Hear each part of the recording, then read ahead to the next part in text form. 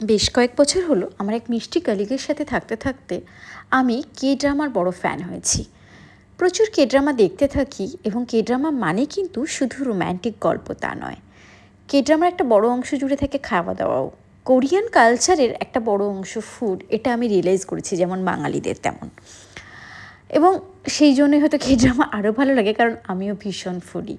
ওদের খাবার দেখতে দেখতে মাঝে মাঝে সত্যি জিভে জল আসে এবং ইচ্ছে করে কিছু জিনিস ট্রাই করতে।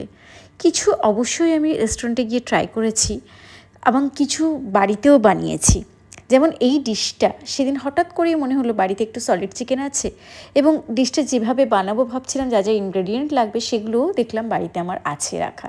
তাই ট্রাই করলাম প্রথমবারের জন্য এই চিকেন ইন বারবিকিউ সস। এবং সত্যি বলতে কি, এটা এত এত ভালো হয়েছিল। কোনো বিশেষ কোরিয়ান রেসিপি দেখে আমি বানাইনি, বরং ওদের কে ড্রামাতে যেরকম দেখায় ওরা কোথাও গিয়ে বারবিকিউ চিকেন বা বারবিকিউ পোক হচ্ছে সেটাকে মাথায় রেখেই এই বারবিকিউ চিকেনটা বানানো হয়েছিল। এত জুসি, এত সুন্দর স্মোকি ফ্লেভার প্লাস হানির হালকা সুইটনেস এটাতে ছিল যে অপূর্ব লেগেছে। আমি ভাবলাম অবশ্যই এটা সবার সাথে শেয়ার করব। সেই জন্যই আরেকবার করে তৈরি করা এবং রেসিপিটা ডিটেল এখানে শেয়ার করলাম। প্লিজ বানান, যেটা অ্যাপেটাইজার হিসেবেও যেরকম সুন্দর ফ্রাইড রাইসের সাথেও